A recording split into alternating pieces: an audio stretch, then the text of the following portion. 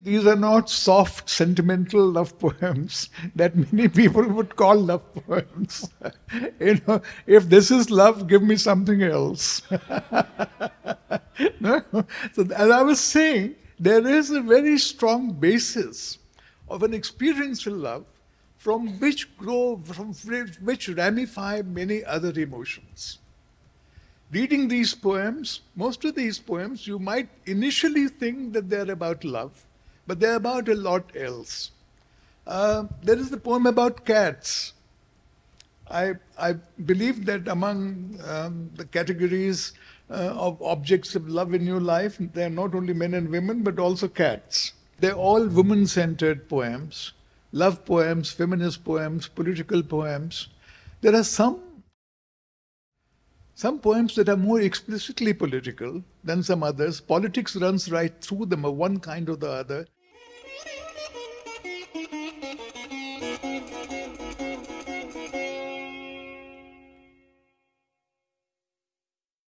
It's a great pleasure and privilege for us to have Taslima Nasreen with us in this session.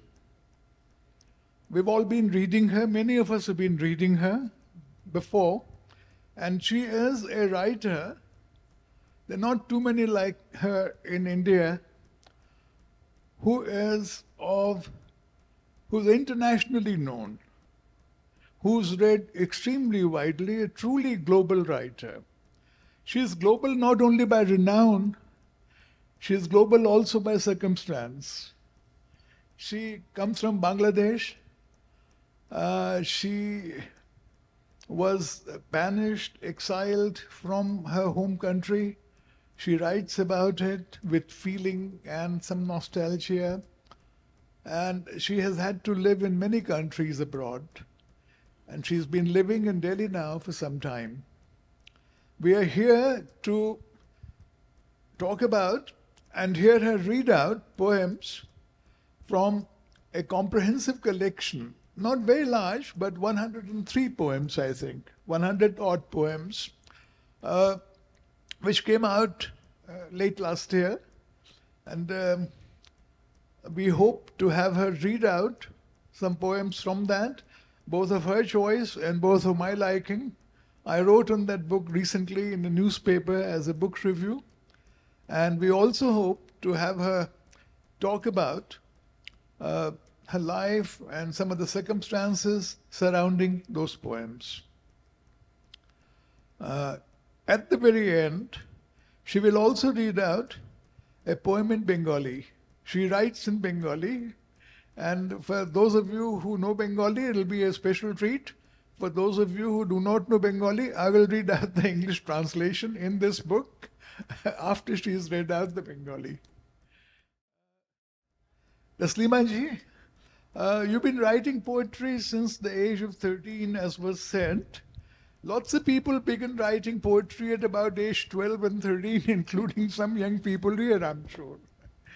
And as T.S. Eliot said, there are two kinds of poets.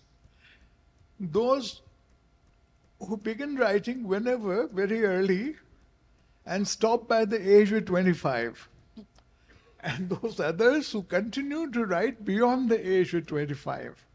Those are the real poets. This journey of writing poetry from your early teens till now, how would you describe that?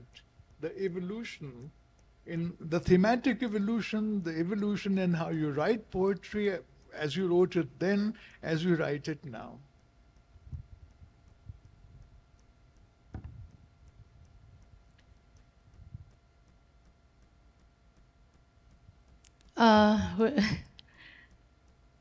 Thank you very much for inviting me here. I started writing poetry when I was 13. And at that time, I used to write about nature a lot. But when I started editing and publishing poetry magazine called Shenjuti, means evening light, I used to publish many poets' poems there, and from both Bengal, from East Bengal and from West Bengal, the people used to write for my poetry magazine, and some of them became now famous poets.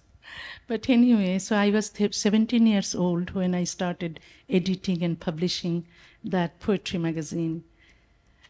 I started writing about women, but those were different kinds. I think that then, I have seen how my thoughts and writings were evolved.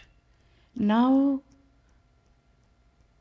I write more about the complex relation between men and women because I think that I became feminist. I was a feminist, but I didn't know. Now I know that I'm a feminist. At that time, also, I wrote a lot about love. Now I am not always writing about love. I see now the injustices between men and women, and so I explain it differently. Those are in my prose and also in my poetry. So of course, everybody evolves, everything is evolved, and my poetry also. So now I used to write only poems. Now I write columns, short stories, novels, and I have written my autobiography in 7 parts. So there are other writings that I'm actually busy with, but I don't write poetry that much. Actually, I used to write more poems. Now I write not so many poems. I don't write poems every day. Maybe some months gone, but I find that I don't write poetry. But nowadays, I'm interested in writing poetry because I have seen that in YouTube, so many people read my poems, so many people love my poems and recite my poems on YouTube. And the readers ask me to write more poems. So I think that I will write more poems. More poems means that because I write prose a lot, so I should write more poems. Well, perhaps your readers wanted to write more poems because they like your poems so much. Yeah. That is what creates a demand, a continuing demand for it. I find you, of course, have written more and more prose, and about a number of themes that have emerged over the last few years, which were not quite as strong as when you began writing. Feminism, for one, a certain kind of politics that has evolved all over the world. You started as a love poem. I suppose everybody who writes poetry at 13 basically writes love poems. But the definition of love that you have evolved over the years, when I wrote about your book in a newspaper, The Hindu, recently, I found that there were at least 10 different kinds of love that you write about. Loves that have come and gone, loves that are still here in memory, in nostalgia, love that you remember with a certain kind of feeling, and there are other kinds of feelings with which you remember other kinds of love. And there's at least one poem which seems to be about love for a woman, not only love for a man, the Aranya poem. Oh. Yes. Saying that somebody is a love poet is not enough. That's much too broad a label.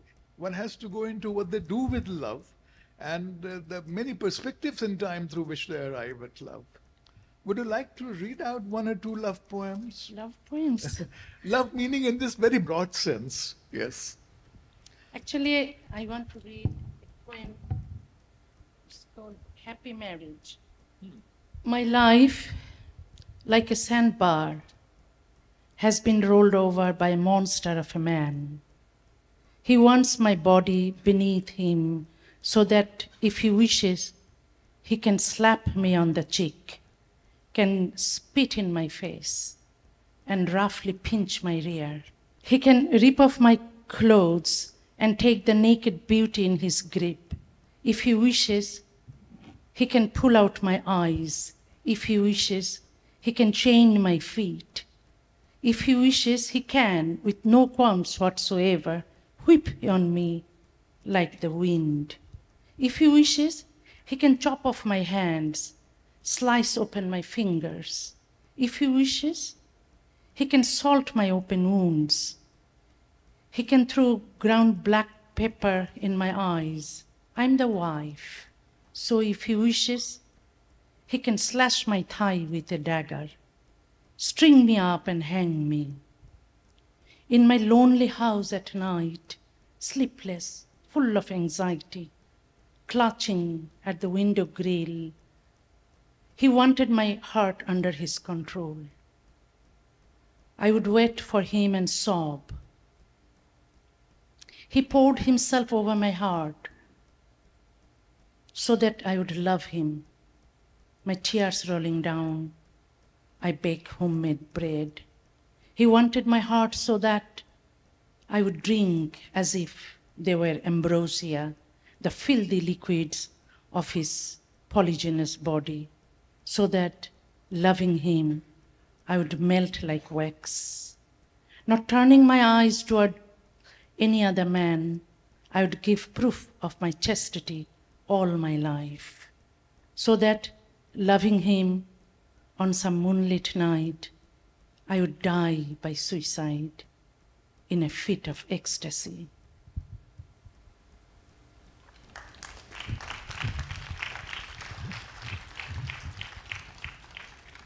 As you can see, these are not soft, sentimental love poems that many people would call love poems. If this is love, give me something else. No? So as I was saying, there is a very strong basis of an experiential love from which ramify many other emotions. Reading these poems, most of these poems, you might initially think that they're about love, but they're about a lot else. There is the poem about cats. I believe that among the categories of objects of love in your life, there are not only men and women, but also cats. And that also is a poem which begins in one way and develops in many different ways later on. Would you like to read that out? Cat? Cats, 19, page 19, and then on 21, there is a poem actually called On Love. So could you please read them out one after the other? I rather like to read a different poem. Oh, Can I? Indeed, they're your poems. You go, girl. Yeah. They said, take it easy. Said, calm down. Said, stop talking, shut up. They said, sit down, bow your head. Said, keep on crying, let the tears roll. What should you do in response? You should stand up now. Should stand right up. Hold your back straight. Hold your head high. You should speak. Speak your mind. Speak it loudly. Scream. You should scream so loud that they must run for cover. They will say, you are shameless. When you hear that, just laugh.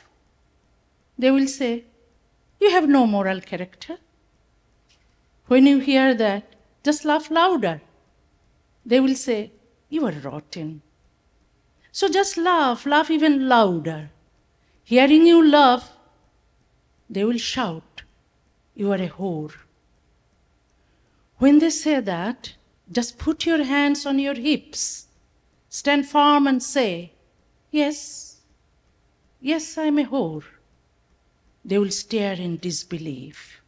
They will wait for you to say more, so much more. The men amongst them will turn red and sweat. The women amongst them will dream to be a whore like you.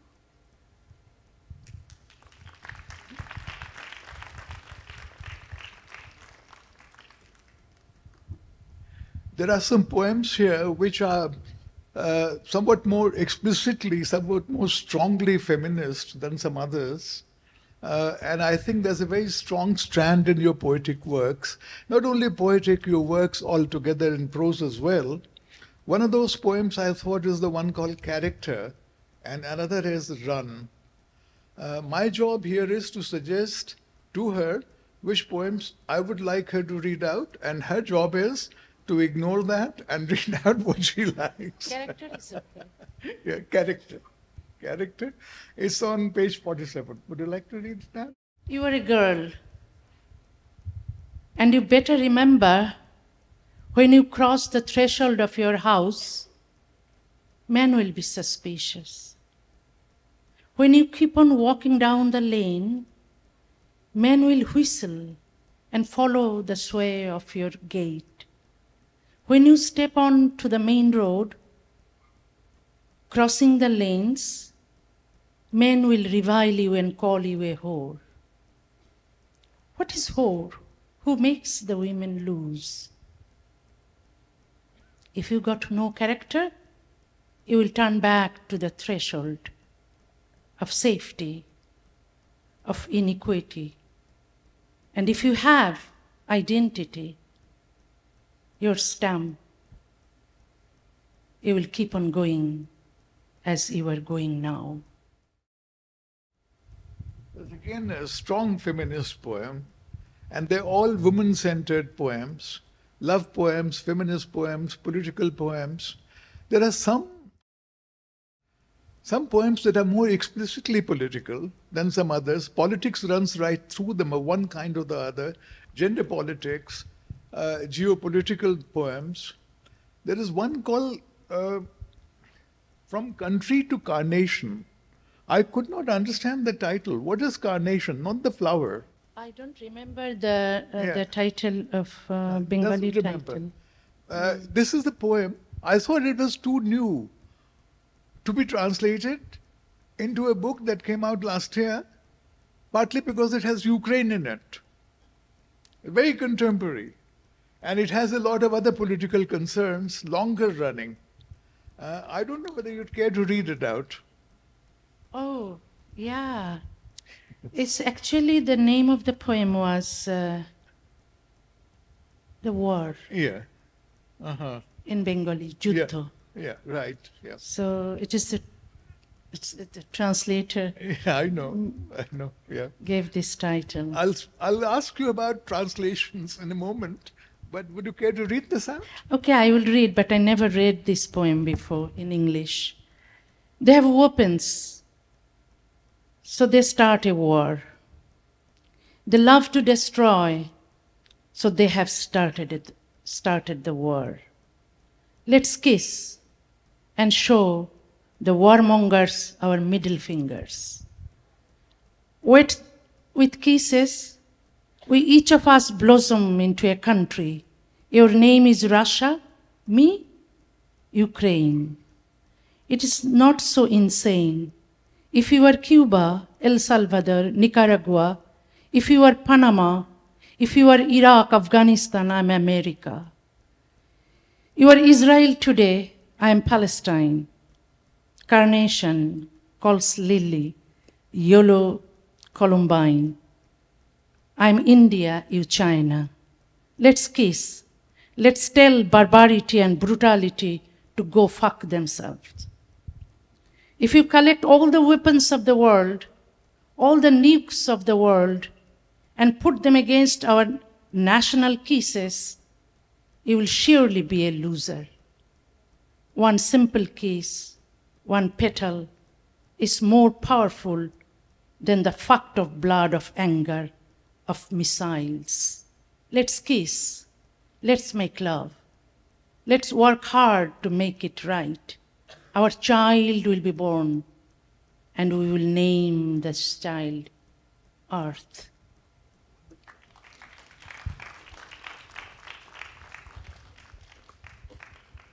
You are a perfect bilingual, Bangla and English, and maybe. No, I know Bangla. I don't know English.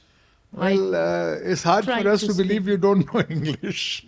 But yes, okay. Well, the question that I wish to ask you is, in translation, people say there is always loss. Yeah. I have taught translation for a long time in the MA and MPhil classes. I've supervised PhDs in translation. Yes, of course there is loss. Yes, of course lots of things are lost. But look at the gain. Without the English, we wouldn't be able to read your poems. So Yeah. one gain outweighs all the losses, it seems to me. And yet, the author can never be happy with translation. What have been your feelings about I process? think that 80% essence is lost in case of poetry. How much? 80%. Well, And Robert 20 Frost. to 20 to 50% in case of prose. Prose, yeah. Robert Frost was asked to define poetry once. Nothing to do with translation. He was asked to define poetry. And he said, poetry is what gets lost in translation. So 80% is good. He said 100%. Yeah. But aren't you compensated to some extent by other people being able to read it who do not know Bangla? Aren't you happy about people Yeah. reading you in translation who would never have been able to read you in Bengali? Yeah. Yeah, I am happy, but They don't matter. actually I get Yeah. more happy when people read in Bangla. my original language. Bangla, yes. I have seen my poetry books were published in French language. So the person who translated my poetry into French language, she knew Bangla, but she is French. So what kind of mistake she has done, afterwards I discovered and I was really sad. In my poem, I wrote in Bangla, the তোমাকে আঁচলে গিট দিয়ে ভালো বেঁধেছি, দিন দিন তবু তুমি হীনতায় কেঁদেছি. And she translated it in French like, it is like I bind you with my achal, sari end, but still I cried a lot because you were not there. Means you were so near to me, but you were not there. Yeah. But she translated it in French like, I joined you or bind you with my hair, and you were so heen, means you were so bad that I cried. Because tumi hinota in one word means that without you.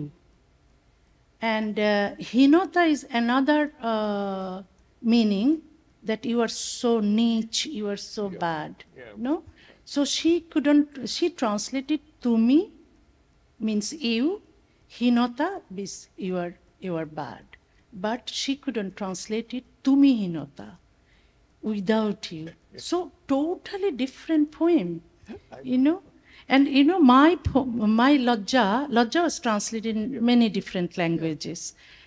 And in Icelandic languages, it was published. But who translated my book in Icelandic languages from Bengali? Nobody. Actually, first, Lajja was translated from Bengali to English, from English to French, from French to Swedish, from Swedish to Norwegian, and from Norwegian to Icelandic. So I think that it was not anymore my book. It lost not 80%, it lost 100%. It's called Chinese Whispers The game is Chinese whispers. There's loss at every stage until it's totally misheard. Because Bangla is a language, it's poor people's language. So in Europe, you will not find many translators. No. You know, nowadays you will find translators from, Japanese and Chinese, but not Bangla. And so it is very hard to get translators, because translators should be, their mother tongue should be that language that they are translated into. No? Indeed. So because not so many people in Europe know Bengali, so that, they have to, wait for the English translation or French translation. Then from French translation, actually the Italian and Spanish translation was actually, they followed French one. So it shouldn't be. Always translation should be from the original language. Otherwise, you will lose a lot. I agree, but the consolation for the author is that she cannot read most of the translations. No. So in that case, you hear from others that so much has changed at every stage. Yeah. But at least there's some saving grace. Have you ever felt tempted to translate your own work into English? No, because my English is bad, so I never tried to translate. I suppose if Bangla is translated into Hindi, then there is not very much loss, no? Yeah, Still some. It depends on who is Who translating. translates it? Yeah. So translator, sometimes my Hindi publisher say that, oh, he knows Bengali or she knows Bengali, so they can translate. I said, no, they have to be a writer. They have to Hindi writer. And if someone translate poetry from Bengali to Hindi or in whatever languages, they have to be poet in their own languages. Otherwise, it would be, they would not, if they are not writer, they will just translate, literal translations. And those translations will not be very good. So I am victim of those, that many of my Hindi books or many other books were translated by people who are not writers, who are not poetry was translated by people who are not poets. So this is, I tell you, the translation, there was a writer, George Perec, French writer, and he was a magician. He knew magic, He wrote a whole book, Void, without E. E is very essential for French language. But his translator, American translator, translated the whole book without the letter E. Can you imagine? So powerful, so talented translator. So translators should be very talented, should be, should themselves writers. Otherwise, when you read my books, you will not enjoy. One problem, on the other hand, with people who translate another author and are writers themselves, especially poets translating other poets, is that they are not happy until they have written a poem of their own in translation. They possess it completely to write an almost independent poem. So that is the other part of it. You have two poems here on your mother. One is a letter to your mother, and the other is about the mother's death, which you have actually written in prose. I don't know whether you wrote in Bangla in prose, but it is printed here in prose in translation. This poem is called Not a Poem and is printed like prose. What is it called in Bangla? Which one? Not a Poem? Not a poem. In Bangla is O Kobita, not a poem. O Kobita, O Kobita, A Kavita. In English, it takes 3 words. In Bangla, just 1 word, A Kavita. Right? Yeah. When my ma was dying, My father got ready, dressed up, and left just like any other day. My elder brother had 6 flatbreads fried in refined oil. That would be a paratha.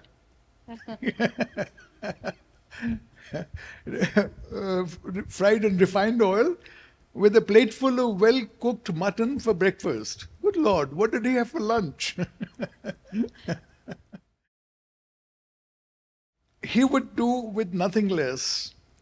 My younger brother was warming his hands over the breasts and lips of a woman while pulling her towards himself. My elder sister-in-law had just applied a mask of turmeric paste all over herself, an effort to lighten her skin color. Her instructions to servants for the day's lunch was issued: fried hilsa and a special recipe hodgepodge. My nephews were busy in the park outside, smashing the cricket ball for boundaries and revelries. My other sister, an earnest housemaker, walked out with her children and husband for the children's park. My mother's brothers thrust their hands under my ma's pillow, looking for the stray gold bangles and 500 rupee notes.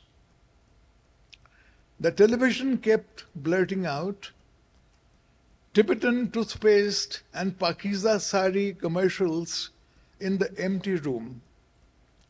Curious people popped in their heads on their way past. I was on the terrace mulling on strong words for a wonderful poem on feminism as I puffed on a cigarette. My father came back and changed. My elder brother finished his breakfast and let out a loud burp of pleasure. My younger brother got done with his woman and alighted from the bed.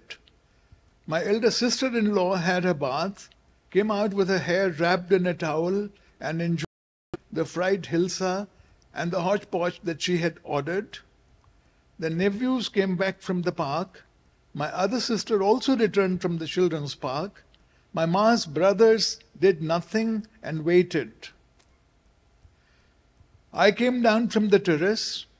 The children sat in a row in front of the television for the daily soap.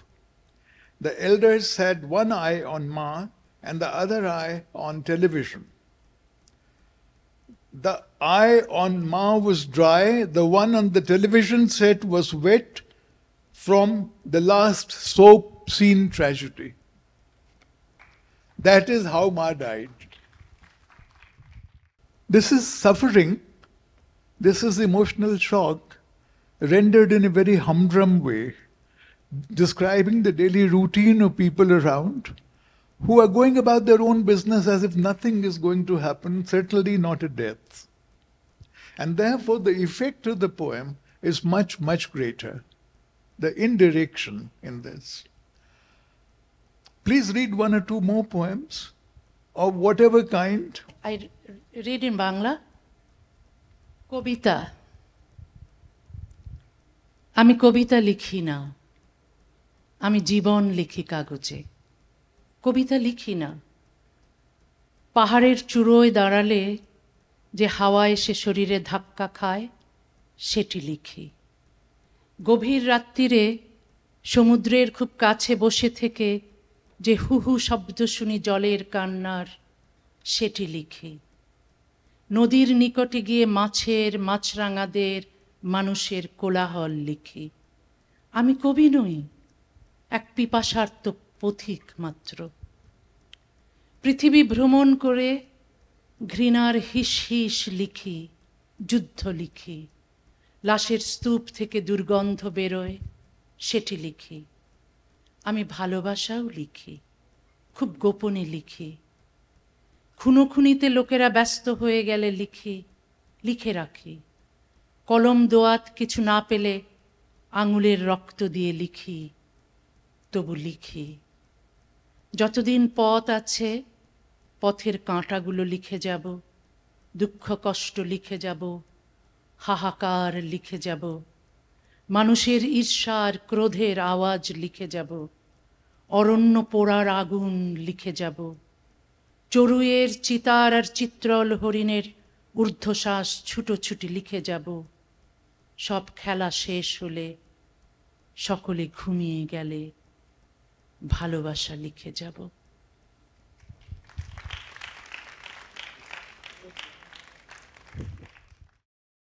Taslima ji and I had agreed beforehand that after she's read it out in Bangla, I will read out the English translation. But now I don't have the heart to ruin the poem. You got what you got. It's very interesting that the last one was called O Kabita and this is called Kobita. The two poems read out together. Yes. Instead, I mean, if you like, I can read it out in English. Okay? Yeah. Poetry. I don't write poetry. I write life on paper. I don't write poems. The wind that hits my body when I stand on the top of a hill, I pen it down. But I do write about love too. I do it very secretly though. Sitting next to the black ocean in a deep dark night, I hear the lamenting sound of the waves in tears and I pen it down. What is I pen it down in Bangla? Yeah, pen it down sounds too violent. But that's the English phrase, that's the American phrase. It's simply I write it. Yeah, I write it. I go close to the rivers and write about the chaos and noise the fishes, the kingfishers and human beings make. I'm not a poet, only a thirsty wanderer. I keep globe-trotting and note the hissing sound of hatred. I pen down wars. I smell the stench emanating from piles of corpses and write about it. When I see people busy killing people, I write about it. I note it down. If I don't find a pen or ink, I write with the blood of my fingers. Yet always I keep writing until there's a way. I'll point at the thorns in the way, I'll pen down the sorrow and pain, I'll write about the walls and laments of people's unrestrained jealousy and anger. I'll write about the burning of the forests, the fire burning the forests, and bring more light to the huffing of scared little sparrows, cheetahs, and cheetal deer running here and there to save their innocent lives. Then, when all game ends, when all fall asleep on their cozy beds, I'll sit down to write about love. Bangla is much better. I was telling you I should not ruin it. At the same time, we are in a double bind. Bangla is much better. And, you know, as the mystic poets used to say in the medieval ages, people like Kabir, the experience of the Nirguna is like feeding jaggery to the dumb. They can taste the sweetness, but they cannot tell you what they are tasting. That's translation. You know, you shouldn't translate. This is literal translation. And, you know, in poetry, you know, it doesn't make sense. I have to translate the feelings, you know. So you have an option. Either you learn Bengali very quickly and read the original, or you buy this book and read and get what you can, right? These are the drastic options. When I lived in Paris, I wanted to learn French only to read Baudelaire and other poets or other writers' writing. But it was, you know, then I found that, okay, I can learn French, but that is not enough to read those literature. then I gave up. But know, always it is good to read the writers in their own original languages. I also tried to learn Bangla before I knew about Taslimaji, long back, when I was a school boy. And I learned Bangla, and I still can read it. It takes me one day, because it's very close to Devanagari, the script. I still can read it, and I also tried to learn Urdu, and the experience is totally the opposite of each other. In Urdu, when I begin, and I forget the script, I learn it, I forget it. Why? Because in Urdu, the higher register, literary language, is very difficult. It's all Persian and Arabic. While in Bangla, the higher it climbs, the more comfortable I am, because I know a bit of Sanskrit, I know Hindi. It's exactly the opposite. It's the colloquial Bangla that I don't know. So the result is that আমি বাংলা বুঝতে পারি না, কিন্তু আমি বাংলায় বলতে পারি। I speak what I know, and I don't understand what I don't know. Would you like to say something towards conclusion about your whole experience having been a writer, being a writer, and then perhaps we can take one or two questions? Is that, yeah. I have written 50 books, I think. Some are poetry books, some are, essays and short stories, novels, and autobiography. 7 books of my autobiography. So I still think that I haven't written my best book yet. So I will try to write that book. In which genre will that book be? Will it be prose? Will it be poetry? Will it be autobiography again? I think that I'm done with the autobiography, so I don't know. Maybe I'm not very good novelist, but what I can do, what I can write better is essays, non-fiction. So I'm very much interested in writing much better non-fiction. So maybe my best book will be a non-fiction book. Well, we'll all wait for it very eagerly. And meanwhile, we'll try and read as much of your... And I'm not satisfied with the books that I have written so far. Yeah. It is good. I heard that it is good not to be satisfied. When you are satisfied, that you can retire. Yeah, a writer who's satisfied with his or her own work is a writer, as she says, who's finished. A writer who is as a writer dead. And you have a lot of wonderful writing life ahead, is very obvious. Yeah, for writings, actually, I took the risks of my life, I was a doctor. I worked as a medical officer in Bangladesh, government hospital. And when the government asked me to show them my columns before publishing the newspapers, and then I quit my job. I was working as a medical officer in Dhaka Medical College Hospital. I quit my job because I wanted to continue my writings. I didn't want to, government tried to stop me. And exactly government, did the same thing what Islamic fundamentalists did in my country. Because of my writings, they were so angry because I was critical of Islam. So why I was critical of Islam? Because I was talking about women's equal rights. So I believe that women are oppressed because of religion, because of customs, culture, patriarchy, all kinds of things.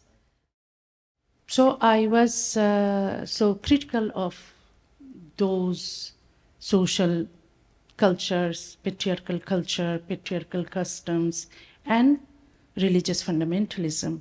So fundamentalists couldn't tolerate my views, and they wanted to kill me. They issued fatwa against me. They put price on my head, and hundreds of thousands of fundamentalists took to the street, and they demanded my execution by hanging, all because of my writings. It's not that I killed someone or I committed a crime. No, I was they came with their swords to kill me, and I had my pen or my computer. I started writing computer in 1990. I started writing. Anyway, so they wanted me to take my pen, but also the government just wanted me to stop my writings, but I didn't give up.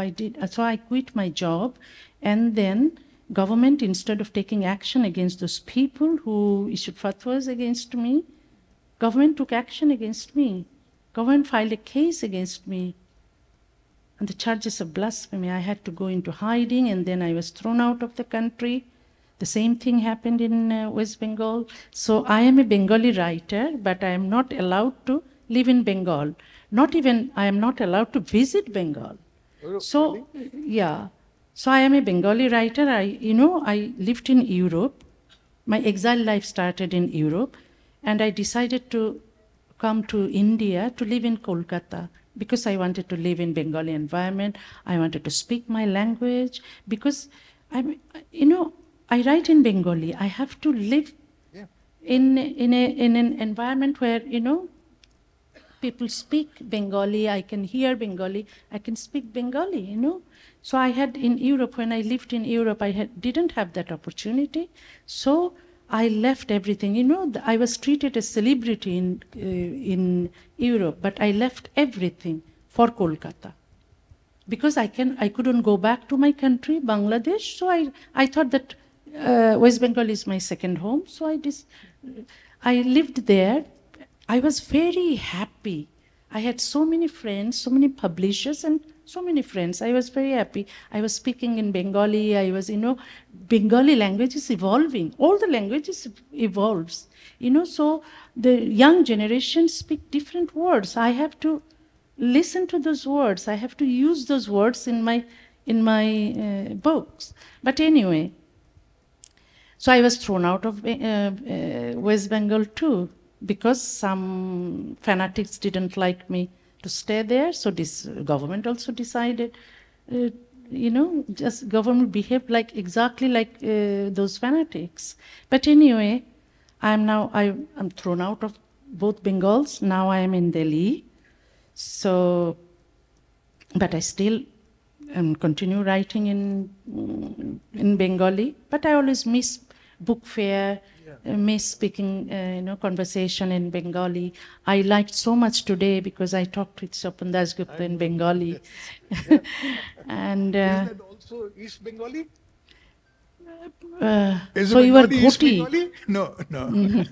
Yeah, right. So this, but that I paid a big price for my writings, for my ideals. What my ideals is that I always uphold my ideals, whatever the situation is. Equality and justice. Equality between men and women, justice for everyone. So, and secularism. I want a secular society, democracy, and equality and justice. For that, I now have been living in exile. I think that for rest of my life, I have to live in exile. So, but I love Bengali and life. I have lived in so many.